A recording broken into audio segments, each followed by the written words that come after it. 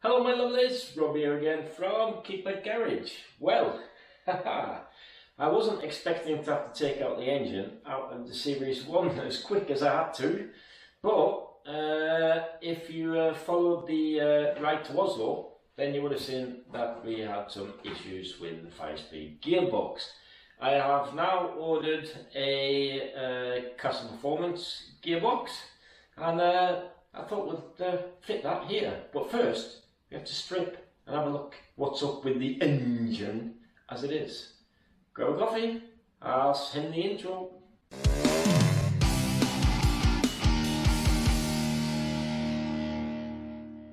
Right, the first thing I need to address really is I can see this rear seal has been leaking again. I'm not quite sure, yeah, there you can see it's full of a lovely oily mess in there, which isn't great really. It's not great really. Now what I want to investigate is, so that means I need new pads again. I've also ordered new pads because I suspected this. I did change the oil seal, but what I suspect is happening because the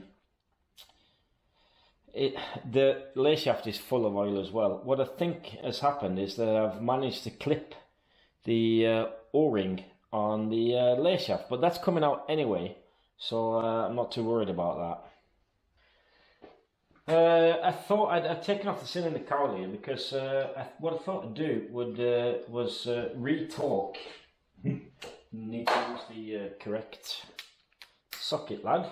I thought I'd re-torque the head while I've got everything out. I'd be stupid not to really once I've got to this stage here.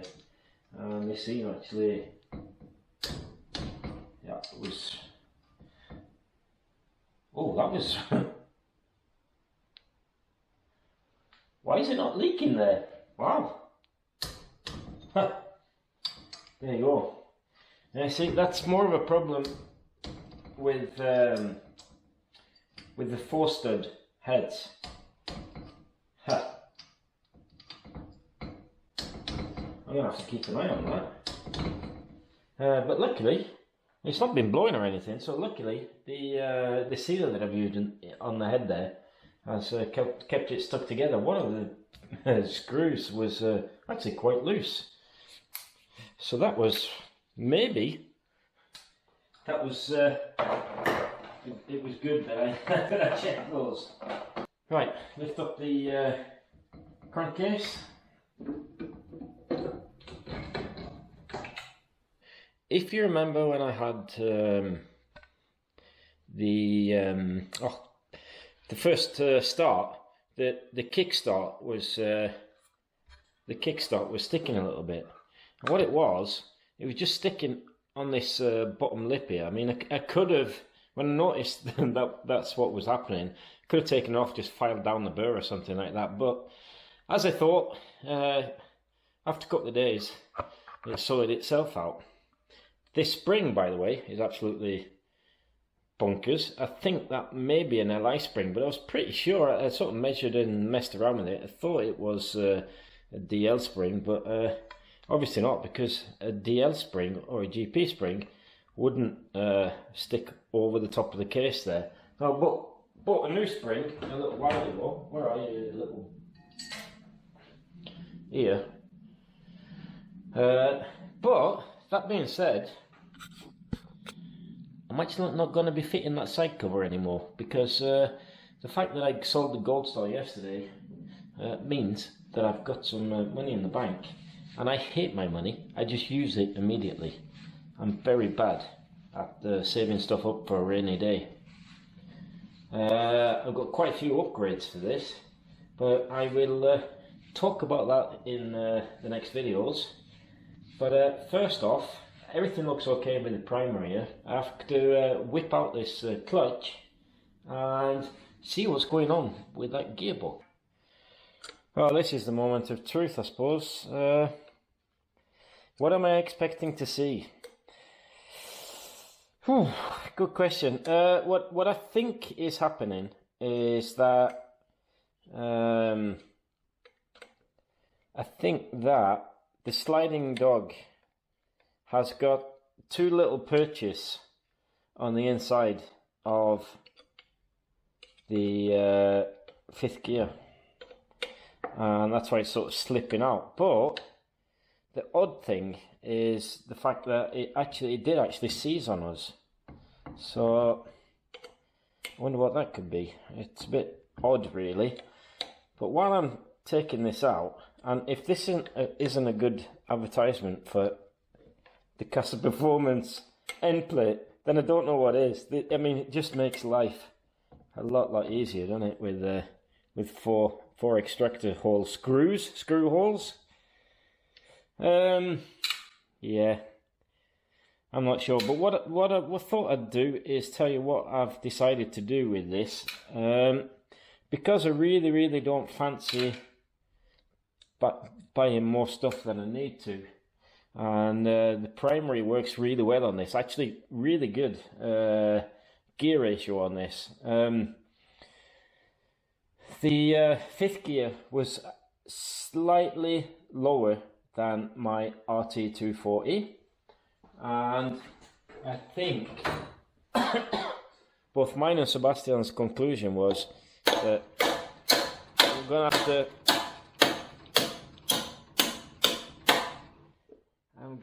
have to say that even though I was sure it wasn't, on this big long trip of ours a couple of weeks ago, the primary ratio is too tall on the RT240. So what I thought I'd do there is, and to tell you the truth, I can't quite remember what cogs I've got on there. I have looked at it earlier, and I think I might have to change out the clutch, which is a bit unfortunate. But that's something I'm going to do in the winter. And I've also got a big project for this as well next winter, where we're going to be testing, or at least building a scooter with a brand new cylinder that's coming out on the market. All top secret stuff at the moment, but I'm really looking forward to that, and we're going to be fitting that into a casa case, I think. And why is that so bleeding lopsided? Oh, come on, please don't run out of threads, lad. That would be a bit annoying, wouldn't it? I think I managed to get it up all the times I shimmed it.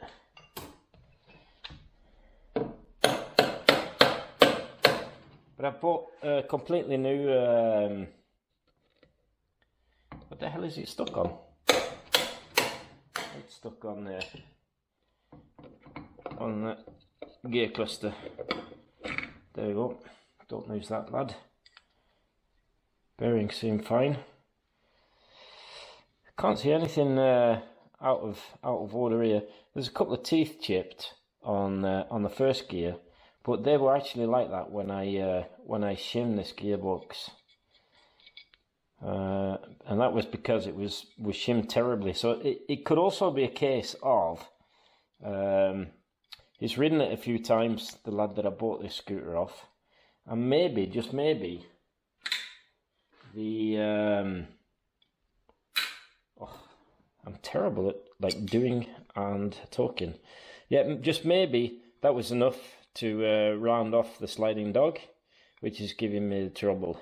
But I really don't want to take the chance on it. So what I've done is I've ordered the new forged Casa Performance 4-speed gearbox, because it's a cheaper option, and what that means is that I don't have to change the primary. So that was a long way around, but this was a tedious job of me taking bolts out of my Casa end plate. These are really good. They're nice, really a nice bit of kit. And actually, to be honest, I don't find them really that expensive. One thing that's happened, which is a bit odd, when I took it out now, I think this oh, what's it called? Can you see that? It sits a little bit loose. I mean, it doesn't really matter. This is the bearing retainer, or the bearing seat from MB. And when I was shimming the gearbox as well, I had to press it in a couple of times. I've used Casa before, and I've also used Scootopia, and that hasn't happened with those. But I'll push this back in before I fit it again, and it won't make any difference because it's the pressure is on the upwards, and then it'll sit on the seat properly. So I'm not worried about that. Just a little odd thing, but not a worry. And then bearing shim. Then my shim. I have to fish that out with a screwdriver, I suppose. Looks like it's been rubbing, but it was shimmed really well. I had a nice gap on that, which is a bit odd. But it could also be when the gearbox is jammed, it's pushed up the gears against it at an angle. Let's get these gears out. Oh.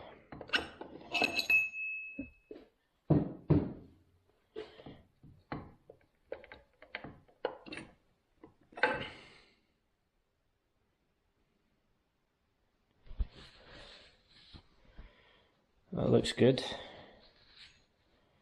No wear on there anyway.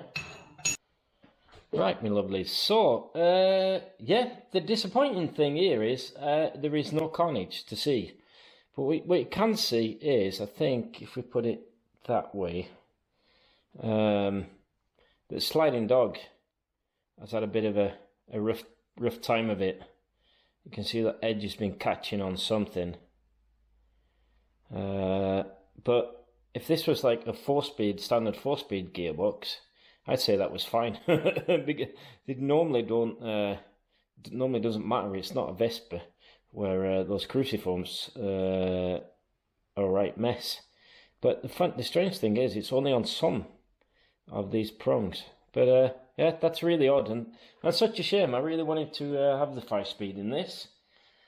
So, yep, and the other thing that I found is I've taken out priced out the rear hub seal, and I managed to, you can see that, I managed to destroy the spring when I put the seal into the bearing. So what I've done now is taken out the bearing so that I can press that in properly. I can just put it on my bench, loads of grease, press it in there, and now it's a case of with the magic of internet, my new gearbox should have turned up.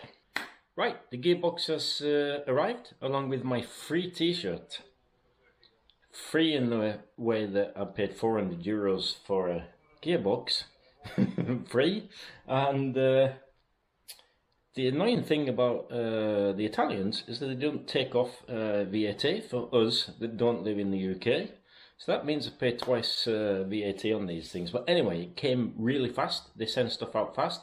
And it came out so fast that I haven't received my new sliding dog yet. So I can't fit it. But I want to show you what it looks like.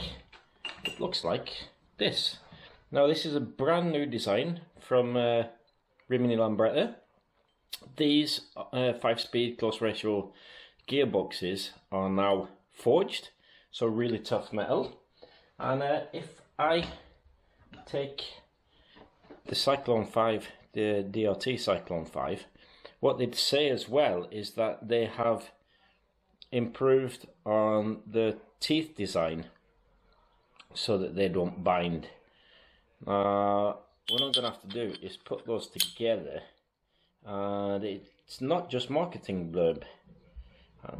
How well this will work, I have no idea. I'll tell you about this, give you a good test of that, obviously, once we've got it together. But if I angle the camera like that, you can see that this new 4-speed box from Casa Performance, close ratio, that is got a big groove in the bottom, whereas the groove on this is slightly narrower. What that means is, I have to say, it looks excellent quality. It should do to that price, but it looks excellent quality. Now these are really easy to shim because you've got the original size gap in between these, so if you're slightly out, it's not going to jam or anything like that. Let's have a look how these teeth fit together. I don't know. I'm no expert on these matters. It doesn't go all the way in there. But apparently it's a better design. Feels smooth, feels smooth. So we'll when my sliding dog turns up on my other parts, we'll have a look at those as well. The parts that I'm waiting for didn't turn up. I was hopefully they should have come yesterday, which is Friday, and next week I am going on my holidays. So what I thought I'd do to make this a proper video is give you a little look around the Series 2 that I bought the other day, and maybe we're gonna have a little look at my Series 1. So this is the frame that I bought this week. I suspect this of being a TV 175 Series 2. The reason for that is in Norway we didn't have any scooters apart from the TVs that came with a battery tray, and you can say check the numbers, but that's not going to work because the numbers here aren't the original Innocenti numbers. Now that doesn't mean it's a ringer. The paperwork all adds up, and that number is correct in the paperwork, but it is registered as 150, and I've actually had this before. One of my older TVs, everything was original on the scooter. This is a right bitter. I'll delve into that later on. The fork is a Series 1 fork, hence no damper brackets, so the fork doesn't belong to this frame. The leg shields that I've got here, they are Series 1 leg shields. You can tell because the bracket is slightly different on the front there. So this has been made up of quite a few different things. But what happened was, if your scooter was stolen and you got money from the insurance and the frame turned up again, then what the Norwegian government did back in the day, this is around the 60s, 70s, 60s, mid-60s, they took away the original number and put their own number on it, so that, yeah, some legalities of some sort. But I've seen this a couple of times before as well, so it is possible to get this on the road. And yeah, it's definitely a Series 2 frame, and the leg shield toolbox has got the correct lock on there, which is locked by the way, so I might have to drill that up to get it up. But the frame is actually quite good. The panels are very nice. They're actually better than the ones on my Series 1. I fit them to the Series 1, nice and snug. They're a bit beaten, but they are not bent in any form or shape, which is very good. So it is possible to do something with this. The fork has been welded on, which is quite funny. I'll give you a look at that. Here we've had a right professional botch. This top cup is actually the bearing race where the bearing's supposed to be, and under there is the locking nut, and the whole assembly has been welded into place because I've mentioned this before, Series 1 forks are notorious for loosening because they don't possess there you go, you can't see it, you haven't got the groove for the tab washer or the lock washer on these things, so that's probably why that has been welded up at sometimes. But the frame actually looks pretty straight. It's not bad actually. There's not a lot of work on that to get a running scooter. Well, get a proper decent frame. If you look at the frame as well, I've been trying to take off some of that yellow, and it is blue. It is the TV 175 blue colour on the headstock here, not the grey as would be expected if it was a LI 150. The reason why I say this is a proper bitter is it's got Series 1 flex shields, maybe a TV 2 frame. The footboards, they're like a brownie colour, not sure where they've come off, white. They're a different colour than the rest of the things. They're actually not too bad. There's a split on the end there, but they're actually salvageable. The toolbox is probably the original to the TV. You might be able to see it here. It's quite hard to catch the neons on the camera, but this is it's not grey. It's the blue, the light blue colour that the TVs came with. Toolbox is good, all present and correct, and even got the little hook for the spring. The headset. Another identifying feature would be if this lock had the little half moon. It doesn't. It's had a flap, so this is definitely a LA 150. So I think this has been made up of a couple of scooters. The headset itself is very nice actually, and obviously it's the 100 mile an hour, we wish, 100 km/h speed also, that also denotes LE 150, but that's really good usable condition. Considering I paid a couple of £100 for the whole scooter as it is now, that's a bargain, because this is a saleable item. The only thing I had to do was drill out a bolt that was stuck on the headset here. Got that out, no problems, and that's actually usable, so that's good. The rear light, where is the rear light? I have got a box somewhere with parts in. Where did I put that? I'm not sure. But the bridge piece is nice. The rear light is the short type rear light from Series 1s and early Series 2s, like Toured here. And what was normal, if you had the short light, then you had the round homecast hole. Whereas this one has the later pear-shaped hole. So that's also off another scooter. The engine, that was a right nightmare. If you, the engine block is actually very nice. It's a Series 1 engine block, LI 150. Gearbox, pristine. The clutch was buggered. It's been splayed out. They've obviously tried to do some work with this. The mag house was cracked. I think they've been trying to get that out. The crankshaft was seized. I took all that apart yesterday. I could get this off to the blasters and it would give me quite a nice LI 150 engine block. Could be a Quattrini. What about a Quattrini? What about a Quattrini Skelly or something? Wouldn't that be a little bit cool? Ooh, you got the ideas going here. So I want to do something with this. Not quite sure what. Or I could just keep the bits for spares. And the frame is sellable, so if someone needs a replacement frame, then there's the bridge piece. And there you can see as well, it's not grey. It's hard to see with my LED lights. That is the blue. Old LA 150 blue.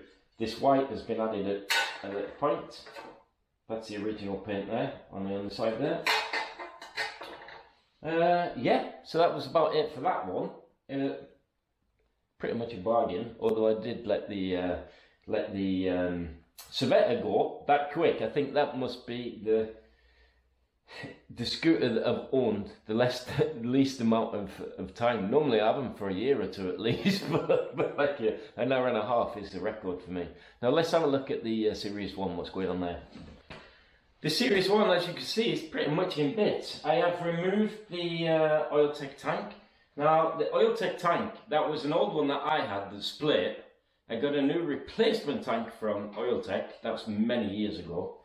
And the old one, the one that I had here, had been repaired, so that it was usable, but there was a little split in the top where the new repair was, so it was leaking a small amount of petrol.